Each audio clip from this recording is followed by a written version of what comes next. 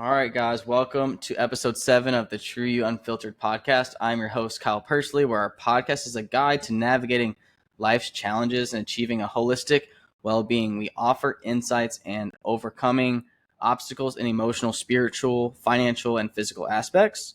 We simplify the process of skill development, helping you reach your goals. Additionally, we provide practical advice on balancing family life while pursuing growth in business, fitness, and a mental well-being. Join us for valuable tips to enhance various ideas of your life's journey with our guest, Tracy, a dedicated family man who places God first, family second, and the ethical business practices third.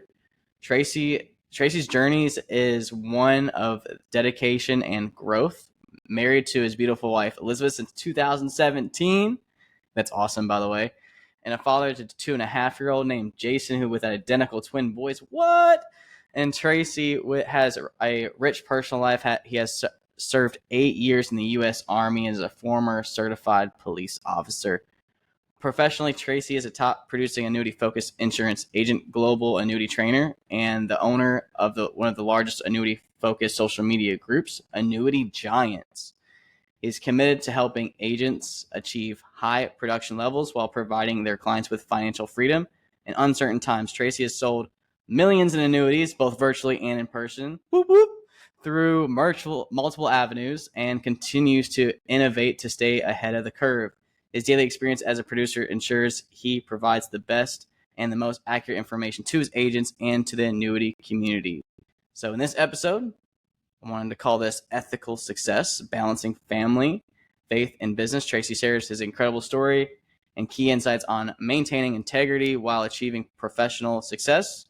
The experience and wisdom will inspire you to pursue your goals while staying true to your values. How's that, Tracy? How good was that? There we go. Mouthful. Holy smokes. It was. I love it. I felt like I was going to turn into that Busta Rhymes guy, but for a second there. you know? But that'll get you an audience. Yeah, but I love this because you go right into like the values and stuff like that. And a lot of times when you're just, whether it's like, honestly, whether you're a kid trying to like fit into like your niche and maybe school to all the way to the professions. I had a guy that was on a while back and we talked about getting into different masterminds. And when we paid for them, we found out maybe it wasn't like the best fit. And so when I was talking to you about the core values, family values, all that stuff while you're trying to improve, it's like there's always that tug back and forth with temptations or what have you. So that was something, again, I valued a lot into that. Can you go kind of more into like why you started going into focusing on your professional life? Like what's the main, why is that in value to you? Let's just start there. Sure. Yeah. Well, a couple things. Loaded question there. My son's name is Jackson. I have to correct it because you said Jason. And he's gonna watch this in like 10 years, and he's gonna be like, sorry, "Oh, brother. Man, no, it's okay. I'm just messing with you." So Jackson, I served 8 years in the Army and then was a police officer afterwards. I was actually in the civil affairs in the Army. So a couple of things I wanted to just get out there. Someone's gonna look at that and be like, "Wait a minute, that's not what he said." So one thing, man, is you're on point. My faith, my family, my business, they all mean a lot, but there's an order to everything, right? And you have to have an order. And if you get that in the wrong order, you'll regret it. Either maybe not short term, but you'll definitely regret it long term. So, for me, when I decided to set out on a business venture and become kind of entrepreneurial focused and picking my lane and going down that lane, I made a lot of mistakes. And when you put business over family and over faith, you'll find that you're a slave to it. And I wasn't going to be a slave to my business. I was going to, make sure that if I want to go take time off, I'm going to take time off. If I want to go, if I want to take a month off, I'm going to do that. So there's two ways you can do that. Either one, you sacrifice something else to do that. Or two, you put yourself in a position where you sacrifice early, so that you can do that from a financial perspective. So, I made some sacrifices early, and I got to where I got to pretty quickly. I would have still gotten here if I wouldn't have made those sacrifices. It would just probably would have taken longer. What I always tell people is, you don't have to sacrifice your faith or your family. It just might mean that you get to your goals. It might take a little bit longer, and that's perfectly fine. Don't take the short road. The one that's narrow is normally the one you want to go down, even though it might be a little bit harder. I would say it seems like the thing, the I guess the words that were kind of in my head is like when you say yes to a lot of things, you're actually saying no to other things as well. And Yeah. is that like, and it's pretty fair to say, right? So like as you're kind of diving down into, I mean, starting a business. I mean, I think you had a couple of businesses, right, before Annuity Giants in your financial practice, Yeah, right? so it was still all in the insurance world. So being in the insurance world, it all started out that way, but it's just different. There were different levels to it. So Medicare and consulting, but it was all in the financial services slash insurance industry. It's just I changed niches or niches, however you want to say that. I Sure. changed that over time to where now I pretty much have three different consulting slash agencies. So Yeah, that keep you busy, and like because it's like it's dominantly like sales and consulting. I would like to yep, think in that area too, right? We've talked about the annuity stuff with Annuity Giants, annuities and autopilot, all that stuff as well, and yep, I find like there's a lot of sales production numbers that people need to hit when you have those like when you're in a brokerage, whether you're as a producer or a leader, and I could almost see like you like, kind of go into like your background on that because if you're focusing on performance, and I know another thing we also have in common is jujitsu and wrestling, right? So being competitive, having that in there while trying to balance like your family and your yeah, faith. Kind of go into, if you don't mind, I don't, if you're comfortable with going into maybe more into your story on that a little bit further, sure. just to kind of give our audience like, hey, like this guy has crushed it, but there are things that molded him into where he is now. Could you dive Yeah, into that a little bit more? yeah. I think you have to go back. I got to go all the way back to my upbringing and kind of how I was raised, and then the decisions I had to make going through life, which is not an easy one because life tends to make you want to lean towards this easy route. The easy route is doing, I would say, following the crowd, right? It's going with what everyone else is doing because that's the cool thing. That's whatever, right? Growing up, I was raised in a Christian household. I grew up in church, and it's not just that's what makes you a Christian, but I grew up having a strong faith, and that was kind of like the foundation that was laid that my parents laid for me. Now you don't have to be religious. I personally don't like religion. I think religion is man-made, but you don't have to be religious. You can be somebody that you want to lay the foundation of good moral character, right? So doing the right thing. If you can have that foundation, I think it sets up your life a lot better. So my parents laid that foundation in me at a very young age. Now, did I stray from that? Yeah, absolutely. I strayed from that, right? I went to college, definitely sacrificed some morals, made some Oh bad yeah. decisions. I actually got in trouble with the law when I was young. Nothing super serious, but I have a background. But all those things always it always brought me back to my foundation, right? I would stray and then boom, it was like a slingshot. You're stretching a rubber band and then you let go and it's always coming back to that original spot. So for me, that foundation really helped me. It helped me get back to my roots, and it's what set me up as an adult, right? So once I became mature enough to be an adult, and settle down and got with my wife and we had kids, it was going back to what means the most to you. Like all those times in my life where I had very surface level relationships with people, whether it was in college or in the military or even 5, 6, 7 years ago, none of that mattered. And I had to get to the position in my life where I understood that. So, when I got into entrepreneurship and then a business, I wanted to make sure that that was a very similar foundation, right? You can't build a house on sand. You can't build a house made of toothpicks, right? You got to build a really good foundation that anything you do can stand on, and it can be, when it's tested and tried, it'll last. So I think it goes back to what my parents did for me growing up with, a very centered moral ethical compass. And then just always going back to, okay, I want to do the right thing, even though it might not be the best financial decision for me, at least today. Although I would argue that it's been the best financial, outcome for me because I did the right thing. Um, Somebody told me a long time ago, you can't do the right thing long enough without seeing positive results at some point, right? It's not a instant gratification thing. Sometimes it's a Okay. delayed gratification, right? So, I'm sure, and maybe you've talked about this, but I think the big problem with the world today is people want instant gratification. And tell you what, that will keep you happy for a short period of time, but will keep you happy for the rest of your life is when you put in work and you don't see the results today, but then you put in massive amounts of work and you see the results later. That's what's going to keep you happy for a long period of time. That's beautiful, man. I could see. So let me ask you something just real quick. Are you which like your mom or your dad? Which one are you closer with? I know you're bringing up your parents a lot and Sure. whatnot, and mom or dad? Well, unfortunately, my parents actually ended up divorcing. I know I just told you I was in this like Christian household and everything. Right, right, right. And It's all good. No one's perfect, man. You're yeah, good. they end up divorcing. They actually got remarried, and I got two phenomenal step parents out of it. Both my mom and dad and step parents are serving God, and just I couldn't have asked for a better outcome for somebody who has divorced parents. So super blessed there. But I would say um, I am more close to my father when it comes to just because he's a guy. I think it's a big one for me.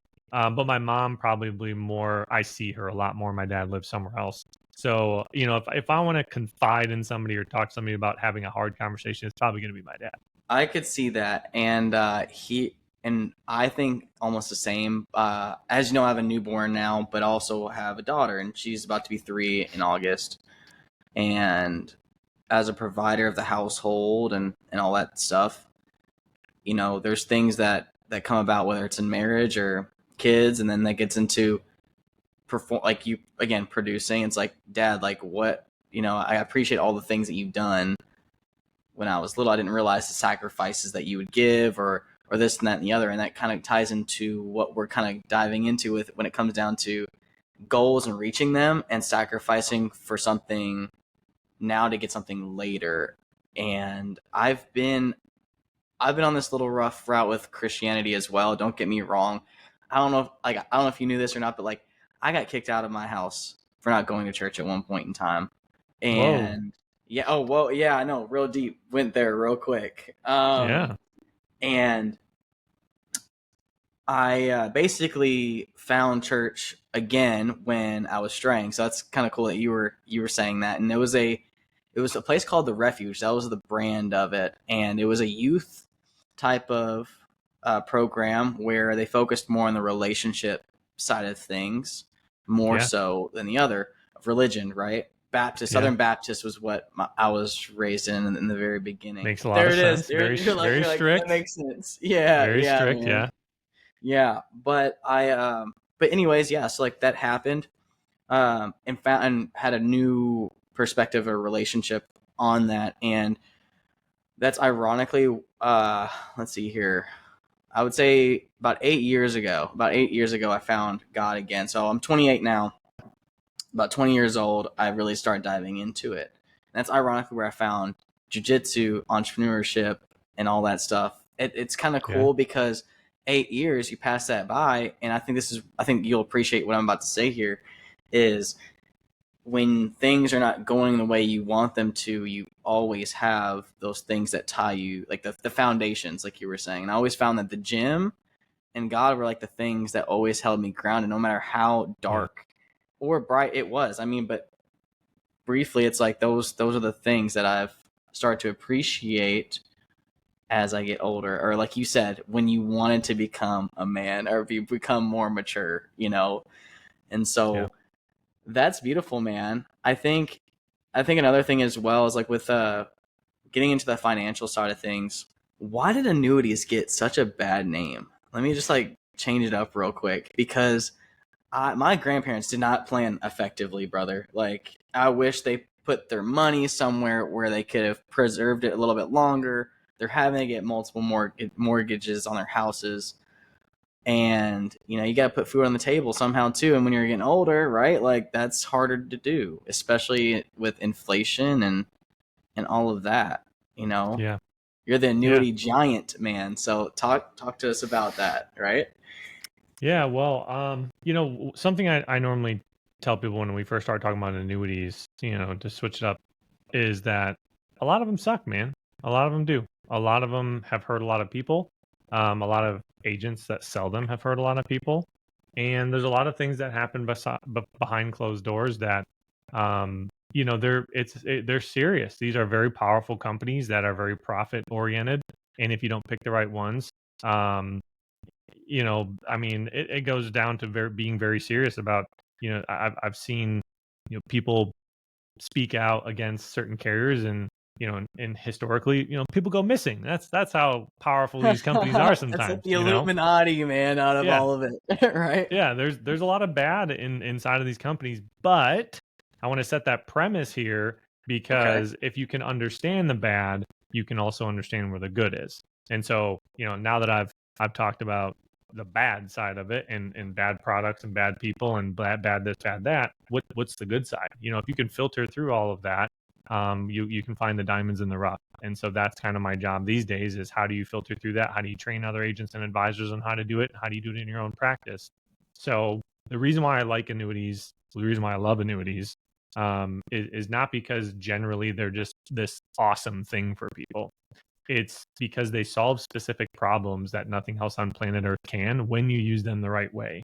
So I like the fact that I can sit in front of a client, I can do proper, financial analyses, and find out what problem they either have today or will have in the future, and how an annuity fits in their situation to help give them that financial freedom moving forward.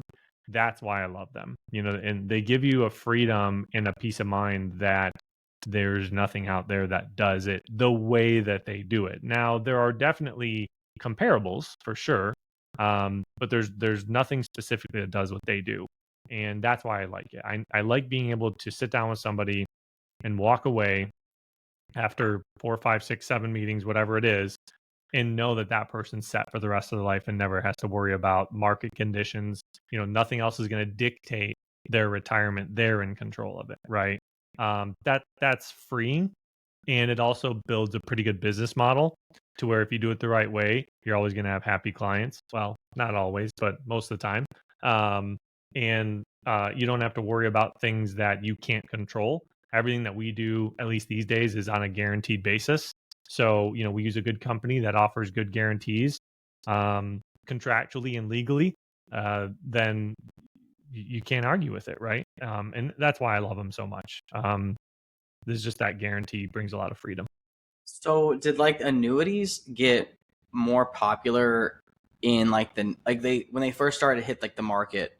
Did they come around like around the 90s, 80s type more, that were people talking about them more so then? And then that was just kind of it was fresh to the market and people were still learning about them, and there was just honest mistakes that happened that affected a lot of people. Is Well, that that's or how did annuities that work? have annuities have an interesting history. Annuity by definition, goes back to the Roman era. Annuity was really just meant to be like a pension plan. Soldiers would go to war, they die, their families get nothing from it. So the government essentially created this pension or annuity income that says, hey, come fight for us. If you die, your family will be taken care of for the rest of your life. And so annuity by definition is just a stream of income for a period of time or the rest of your life. But as it's evolved, annuities really turned into pensions. And then the definition, or the word annuity, turned into a product. So then insurance companies started to develop these annuity products. And, the ones that we like were created in 95. And those are indexed annuities. So these products were designed to say, hey, you throw money in here and you get an income stream for the rest of your life. And that's really how it was designed. But then over time, they started to get complexities behind them, where Okay. you could add these benefits and there's performance elements to them. And the contracts, started to go from 1-page contracts to 5-page contracts to 70-page contracts to 100-page contracts today. Maybe not 100, but they're pretty long with lots of confusing verbiage to them.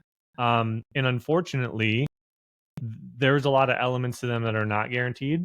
And so, like I said, it just developed into this very complex product design. At least some of them are that, just got abused, So where I think we need to go back to is simplicity. I think when you look at them and you look at products from a simple standpoint, there's really no argument behind it.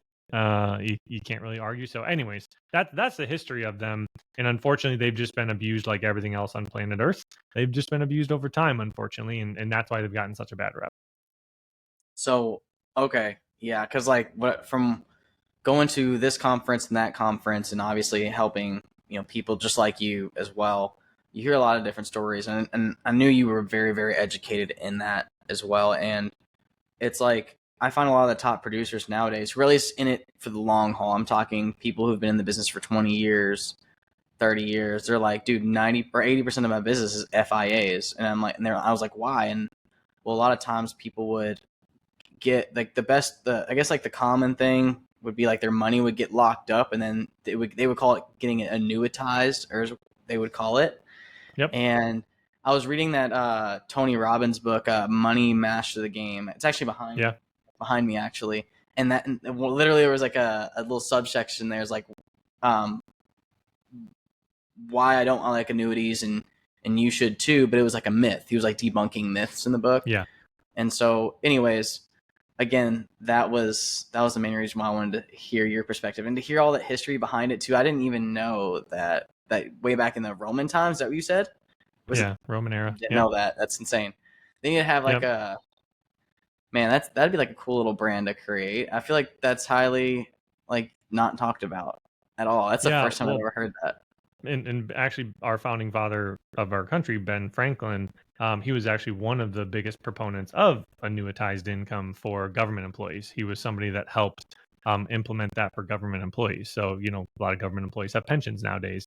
That's through annuity or annuitized income, Sure. which he was a big proponent of. Man, that's crazy. And with what you were saying earlier too, I mean, it's natural for things to get more and more mature, and it's good to see that. I think the fixed index annuities are becoming more, I don't even know what you would call it. I'm just going to say more popular. People are finally moving away from 401ks, the Roth IRAs and stuff, and rolling that over is what I'm hearing a lot more. You would know you're way more because you're in the trenches. Like what's kind of going on for people who are 55 to 65 approaching retirement, planning for that? Any patterns you're seeing across the board? Yeah, so last year there was $384 billion in annuities purchased. This year, first quarter, there were over $100 billion in annuities purchased. The leader of the pack right now, I believe, is a MYGA, multi-year guarantee annuity, which are the fixed versions. And then I think the second one in line there is the FIA side, or they used to be called equity index linked annuities. Now they're considered fixed indexed annuities. And so, yeah, they're definitely getting more popular, and there's reasons for that.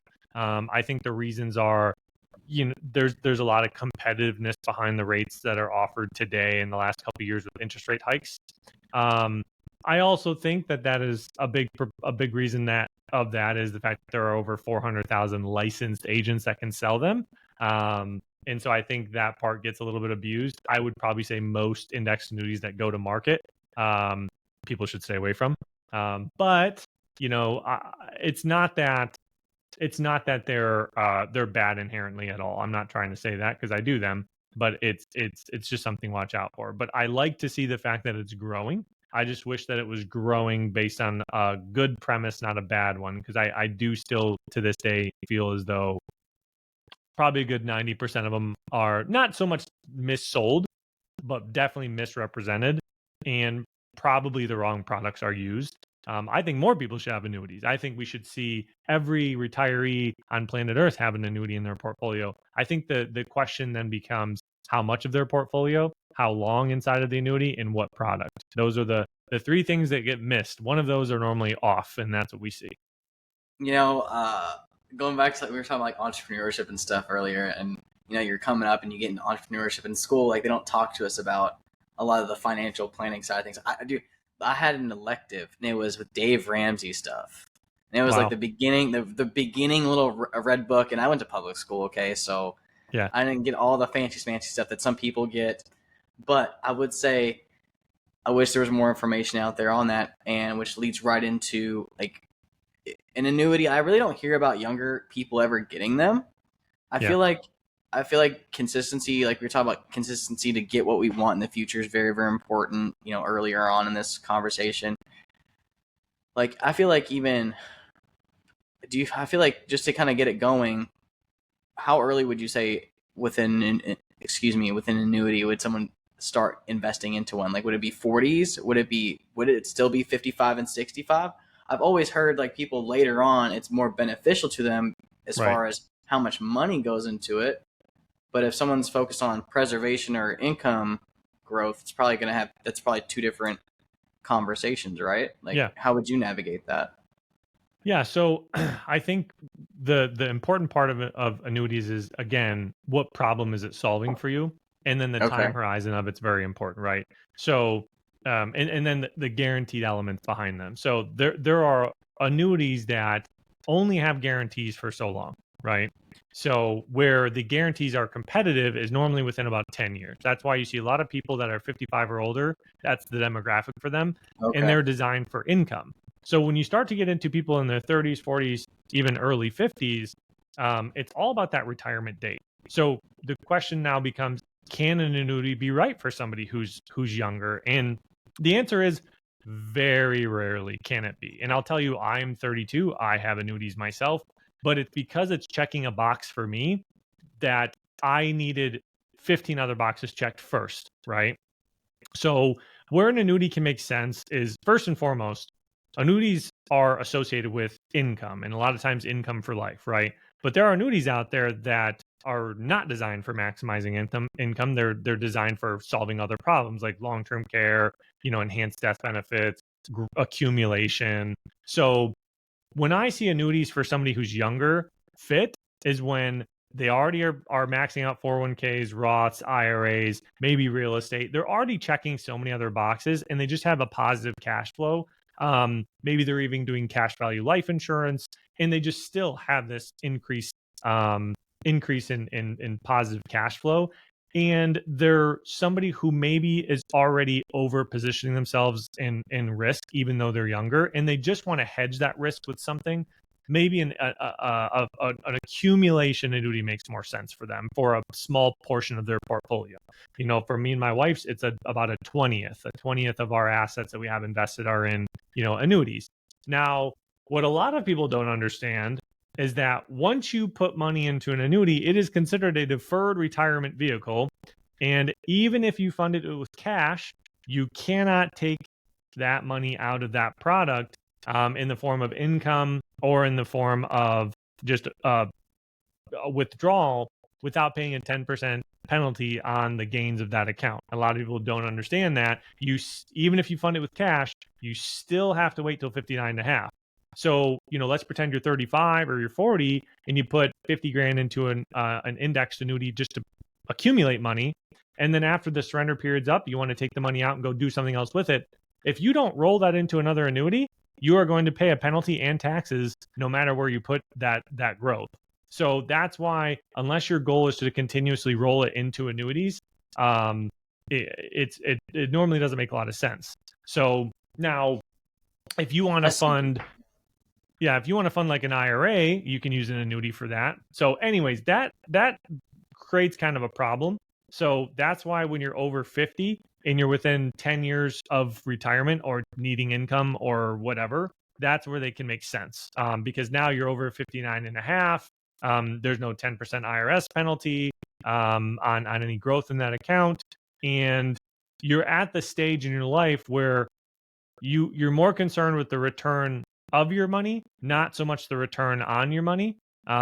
You want return on your money, but you want to try to avoid big dips and big losses. So you're starting to peel back risk and diverting it more into, lower risk accounts, because now you're drawing money out. It's very important to understand that it's a very different investment strategy when you're investing in funding accounts, meaning you can get through hard times pretty quickly because you don't need it.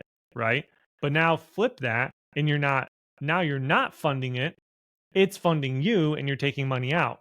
How quickly you recover from a loss sometimes could be the difference of 2 years versus never, right?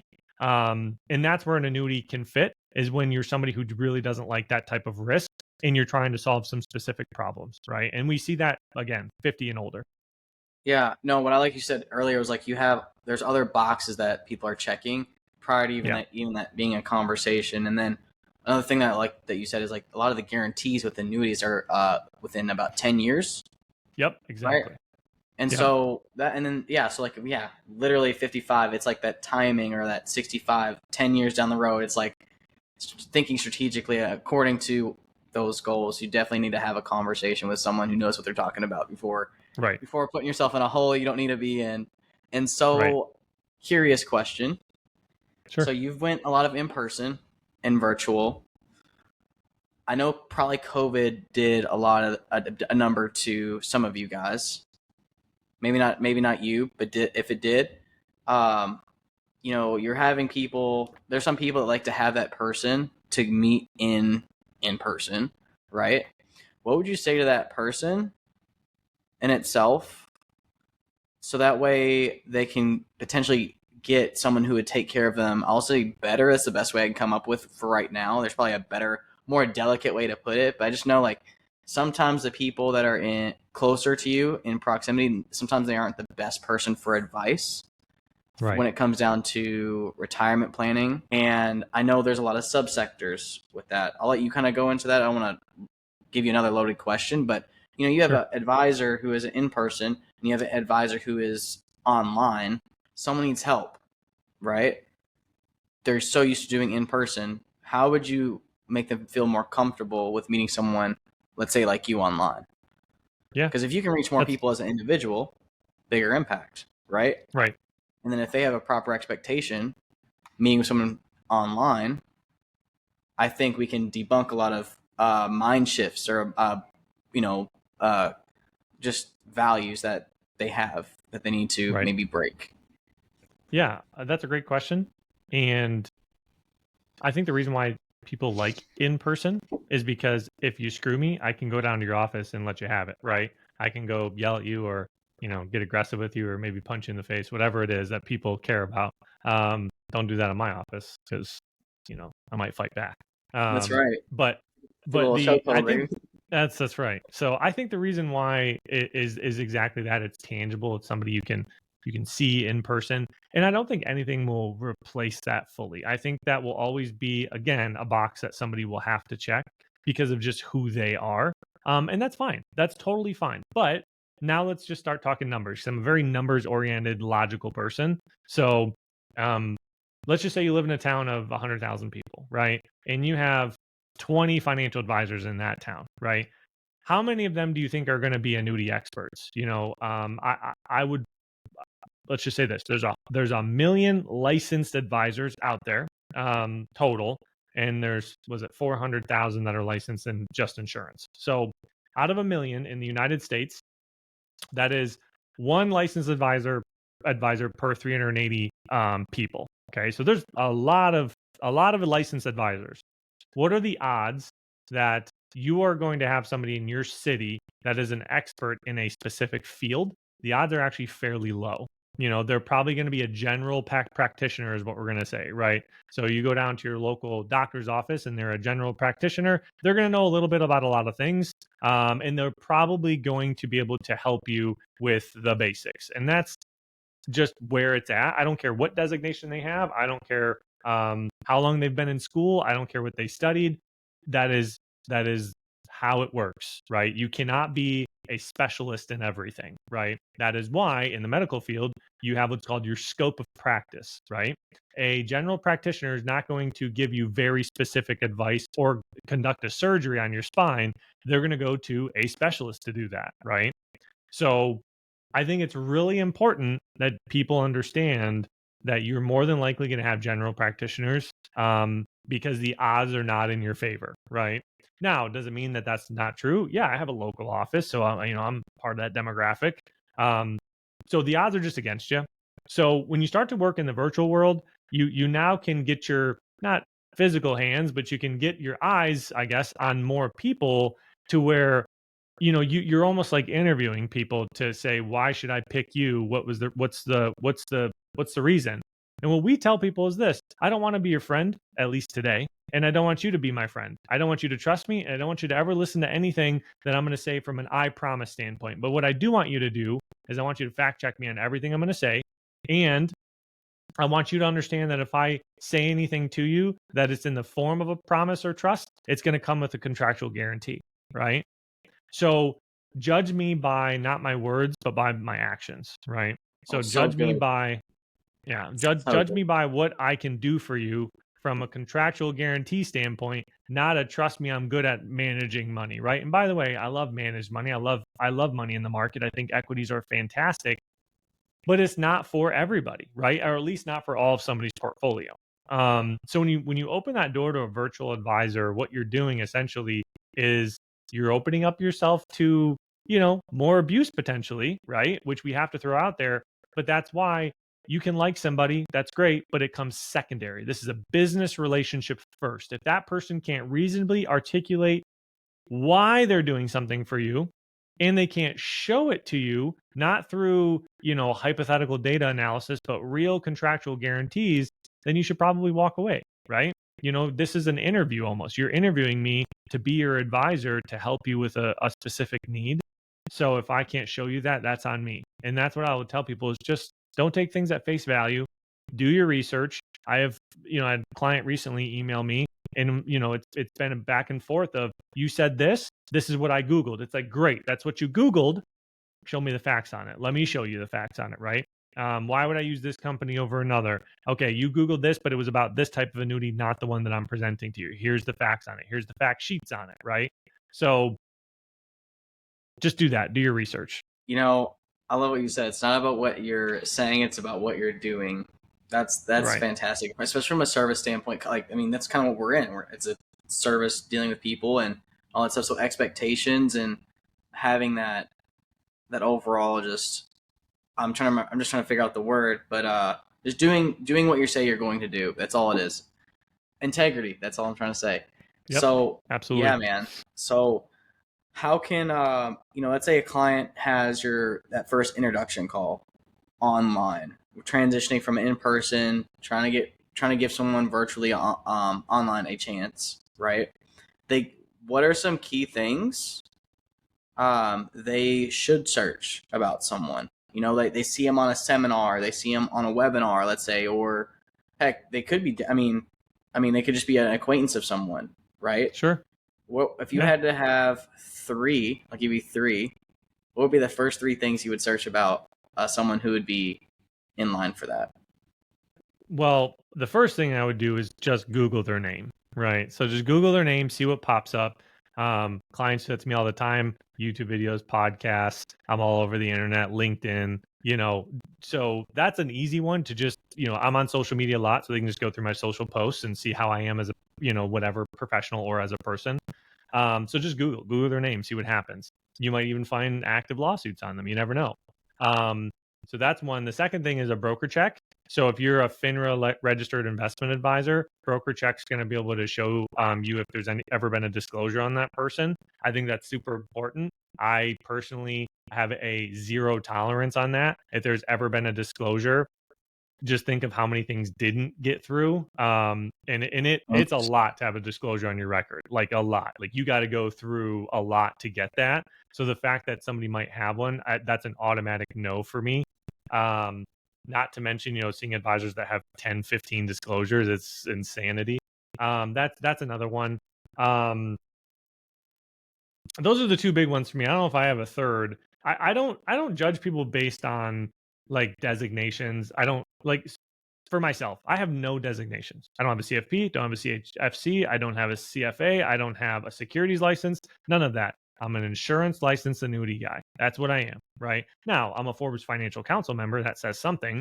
But even then, I canceled my membership this year because there's other Forbes Financial Council members that I think are complete crooks. I don't want to be associated with that, right? So I think for me, those things are good, but they're not the end all be all. The end all be all is going to be, you said this, I'm going to fact check you on it to make sure it's right, right? And sometimes you just have to have a conversation with them. Now, another thing is you kind of want them to have a little bit of time in the industry. If somebody's got licensed, 18 months ago, you should probably walk away. 2 years ago, uh, I mean, I was doing pretty good at 2 year mark, but man, have I learned a lot since the 2 year mark, right? I was gonna say, man, the first few months must have been like a deal. Did you like get a mentor or something just to kind of pair that up real Yeah, fast? Like, how did that yeah. shake out? I worked for a captive company and I worked under an RIA and was able to learn a lot, but then I had to unlearn a lot too. My background is a very interesting one. Um, at year three, 2, 3, I really thought I knew a lot. And I will tell you, I didn't know crap compared to what I know now. So, and that's a guy who this is my full-time job. This is what I do. I am the annuity guy. I dive into it deeper than most. So if I'm still learning things and I'm climbing so much further than I was even 2 years, 3 years, 4 years ago, imagine the person where it's not their full-time job. I know advisors, let's just say this. I know advisors that have been doing this for 20, 30, 40 years. I would never give them my money. Never. So experience does not mean they're good at what they do, right? But then also be aware of the novice people that are not licensed have not been licensed for very long. It's like, God where's your sweet bless. spot, right? Again, the Yeah, sweet yeah, yeah, spot is it's yeah. actions. Oh, that's freaking great. And by the way, guys, I'll be sure to put Tracy's LinkedIn profile for those who are checking out this episode. We'll be sure to show you how to get connected with them. I'll go and share my screen just to be sure you do get the right guy. All right. So just so you all know, you got Tracy up in here. You That's can me. find him on LinkedIn and make sure to connect with them. And if you have any questions about annuities, or in this case, we're about to talk about annuity giants and what that looks like. But yeah, make sure you check him out. There's some good stuff coming from this guy. I would not have him on here if that weren't the case. So it's good stuff. I'll Thanks, tell you man. this though. So a lot of people are now, like I was telling you, like going from in person to virtual. And again, mind shift, sales product, right? We're taking it from an in person, more traditional route. That's kind of why I wanted to ask you, like from a client to advisor or broker standpoint. Now I kind of want to flip the script a little bit from a broker to a client standpoint online. Sure. And what were like the biggest things that changed when going from in person to online? I have a couple of things I'm hearing, but I'd love to hear from you. Yeah. So I've been completely virtual. I say that completely, but I still have referrals and stuff that come in locally for a couple of years now. Before that, it was a mix, and then before that, it was all in person. Obviously, COVID was the big thing that changed that. 2020 Okay. is when I made the big shift to go, virtual. Um, and that was just out of necessity as well. But then what I found in that kind of a dark time for a lot of people was that I could run 6 appointments in a day where there's no way I could do that in person if I'm traveling all over the place. At one point in my career, I was traveling 4 hours in any direction to meet with somebody. And so that's maybe you leave early in the morning, you get to your destination, maybe you hit some appointments if you can try to time it and structure it geographically on the way, you might be able to get 3 in. I mean, maybe. So now, I mean, I've had days where I've had 7 appointments. Now granted, I stick to about 4 these days because of family and everything. But if I wanted to, an hour-long appointment with a little 30-minute buffer in between, appointments from 9 till 7 if I wanted to, you can fit in a lot of appointments in a day, right? So the volume of people you can get in front of for a cheaper overhead, in my opinion, is a big positive on the virtual side. But the negative to that is that your close ratio drops significantly compared to in person. So it kind of makes up for it, though, right? And in my opinion, unless it make more than makes up for it, or else I would do it more in person, right? So for me, it was a volume thing. More people, helping more people, or at least getting in front of more people means I can close more business and help out more families. And I can do that in the comfort of my office and be 10 minutes from home where my office is at. Not a bad gig. No, not at all, especially with a couple little rugrats running around too. That's right. Yeah. Yeah. Cool. So I've also heard can go into like the whole closing ratio kind of going down because Sure. I listen. We have this guy. His name's Rick. Over at Annuitas and Autopilot, for example, and what he does. He's also a veteran. He was in the I believe in the Air Force. I hope I'm right on that. I cannot Sorry to hear remember for that. the life of me right now. Um, but anyways, like he did a lot of in person, and there was a lot of resistance kind of coming into it. But the cool part is this guy travels in an RV for the past like few years, so he's been looking for like an opportunity to go about it. And we finally broke him of that to like finally like try. We do like a lot of online webinar stuff, Right. and the mind shift of someone who's been doing in person for maybe so long, I could see them getting set in their ways because their closing ratio. Like, I mean, when they do like let's say a Social Security and income planning in person deal, I bet they do get a better closing ratio. Or what you just said, you drive a few hours, 4 hours even. Like I live in Louisville, Kentucky. 4 hour drive gets me to Gatlinburg, Tennessee. Right. Yeah. And Yeah. so that you'd like to think that individual would work with you, but now there's like this you don't have as much time to connect or Right. to connect with these guys. So going from in person to online, yeah, you have many people to talk to, your closing ratio goes down. Why do you feel that is? Yeah. Well, it's like I said before, is you're there. Somebody can shake you if they need to. Somebody can Yeah. touch you. Not that way. You're keep it appropriate, ladies and gentlemen. I see what you did there. I see what you did there. Ah, so you're there. People know you're a real person, and there's so many online scams and crap going out. So that's just why inherently you're always going to have a better close ratio in person, until obviously society changes and we switch completely virtually with whatever. That'll probably come down in the next decade. Close ratios will become a lot higher because we're still in this demographic where the boomer generation, they're still not as comfortable, right? They're getting into the technology, but they're not all in it, right? So I think in the next decade we'll be there, pretty much completely. Everybody's going to have a cell phone, and everybody's going to be able to use a computer appropriately, and blah blah blah.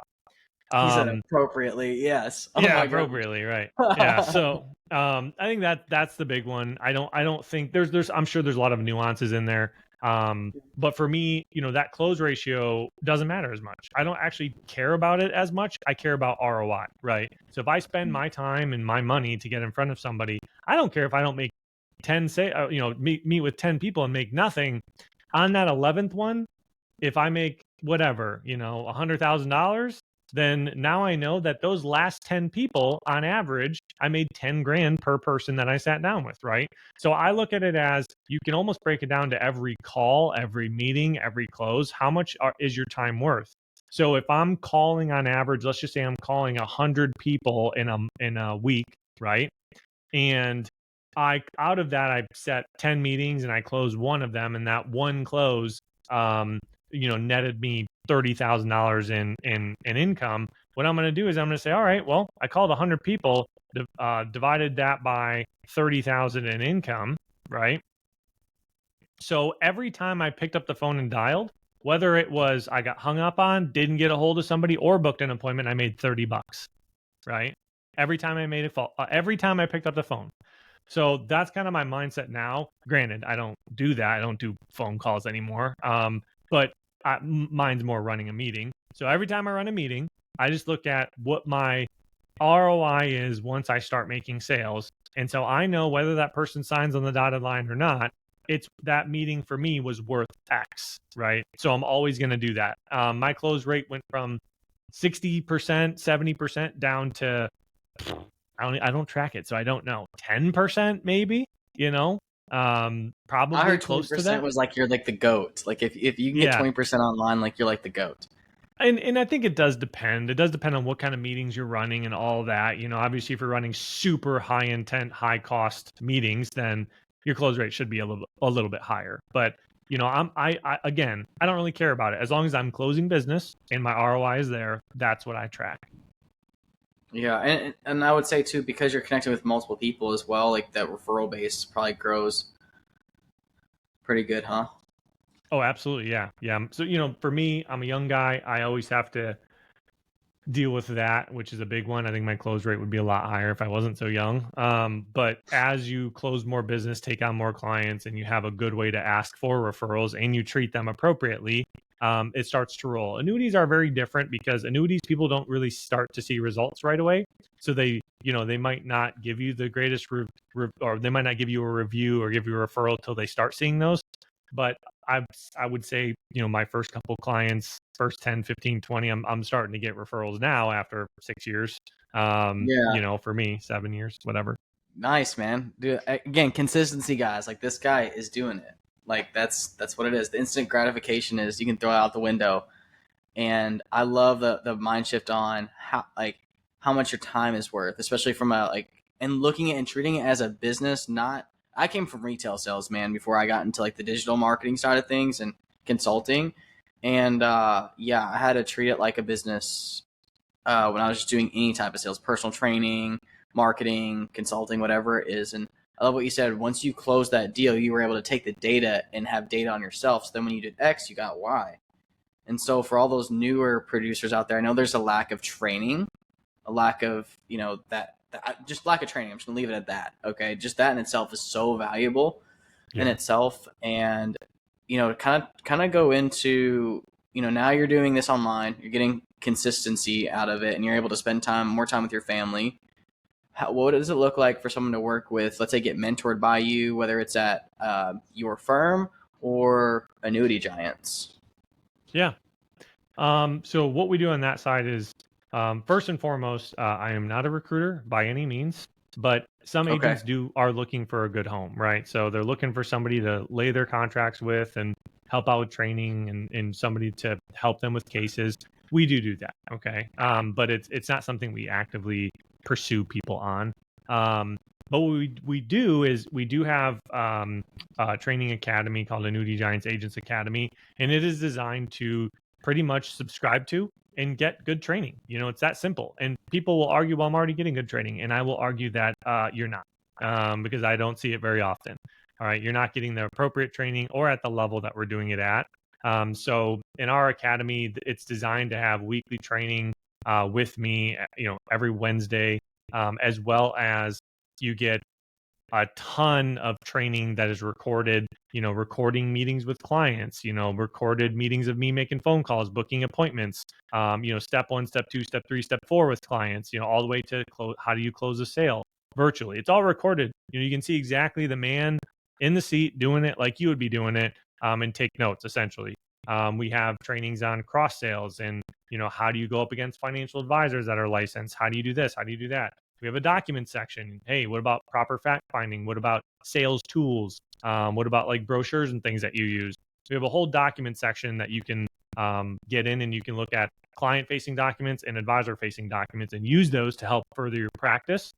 And it's something that I did not because I had to, but I was already doing all those things. So why not package it up and say, hey, you can subscribe to it and let me know if you have questions. And I wanted Yeah. to make it a super low barrier of entry too, so our cheapest subscription level is $20 a month, right? So for $20 a month, you can get a ton of great training. And that is kind of unheard of, right? Normally you gotta give us your contracts, or it's going to cost you thousands and thousands of dollars up front or whatever. No, it's $20 a month, man. It's a drop in the bucket. Oh, and you get the Facebook group too. So the Facebook group's probably one of the best assets we've seen agents use, because it's just a bunch of other agents and they're asking questions and getting good feedback, and we monitor all of it. So you're never going to get bad feedback. So I really appreciate that part of it too. Having people around you is huge. Yeah, I know, like we were talking about these different networks, things that are good for you, not so good for you, and like just not feeling a fit there. And I mean, I've seen your group, man. It's a pretty big group. It's gonna be Yeah, very hard to find someone that you cannot connect with, and right. that's beautiful. And especially like since COVID too, there's a lot of things that happen. There's a lot of things, there's a season for everything, and I think there are people that could definitely use it ASAP. So you go to, is it annuitygiants.com? Is that how we find The on there? annuitygiants.com. It's got to be the in front of it. I got you guys. I'm gonna Some share my screen so you all can kind of see what they're all about. This is pretty awesome. If you're just getting started, or heck, if you're even a veteran, like I'm not going to shy you away from it. I think it'd be a good thing to check out. Let me share my screen. Boom. But yeah, so Here we are. and there's this guy. Where's that mustache? Where'd it go? My Oh, wife won't let me grow it back. I know. Okay. I know. Oh, it's okay. I look like a baby face now. Just yeah, there he is, the man, the myth, the legend. That's me. And then we got some reviews on here. Again, theannuitygiants.com. And they have some different, there's that Facebook group you can check out, over 4,000 members. Well, I should say there was. We made it private recently, so there's not 4,000 anymore. Oh, okay. Well, I mean, just to kind of make it higher quality? Yeah, so we privatized the Facebook group and created a subscription level for it, and we kicked out. We almost had 5,000 in there, and we kicked out 4,800 of them. It was grown. Oh, okay. Say less. Say less. So the Cool. point was quality. We wanted quality. We want to make sure that people weren't going to take advantage of our kindness, and so we said, hey, you got to pay a subscription to be here, and those that don't get kicked out. And so And we that's where did. like the market's going to anyways. Like you have like the school communities a lot, and Yep. obviously we use like the same CRM, and they have Yep. their own community platform there. It's just where it's going anyways. So Yeah. We like the smaller times group are better. crazy. Let's just say that. Do you ever do like little masterminds like in person or anything like that? I've been asked a million times, but no, I don't. Dude, I just don't have it the would. capacity right now. I respect that. I respect that. So I got a course way back when to learn marketing, and I was just one of their top students. And we did a event at his penthouse, and it was special, man. Like connecting with people, just not from a huge stage. It's more of like maybe 25, 50 people are there.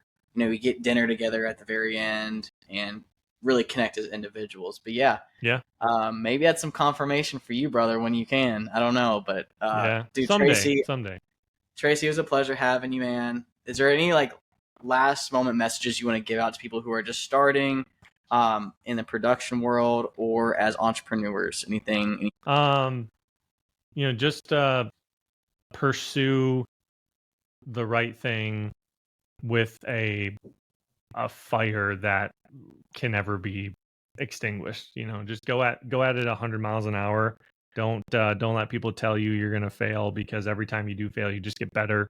And you'll do just fine. You can never accept failure if you fail forward, as everybody says. So I would say just fail forward every time you fail. If you don't fail, that just means that you're not trying hard enough. Oh, if you don't fail, you're not trying hard enough. I hear that. Thank you so much, Tracy. It was a blessing having you, guys. Thank you so much for taking the time to listen, and make sure you check out theannuitygiants.com and Tracy on LinkedIn. Thank you all so much.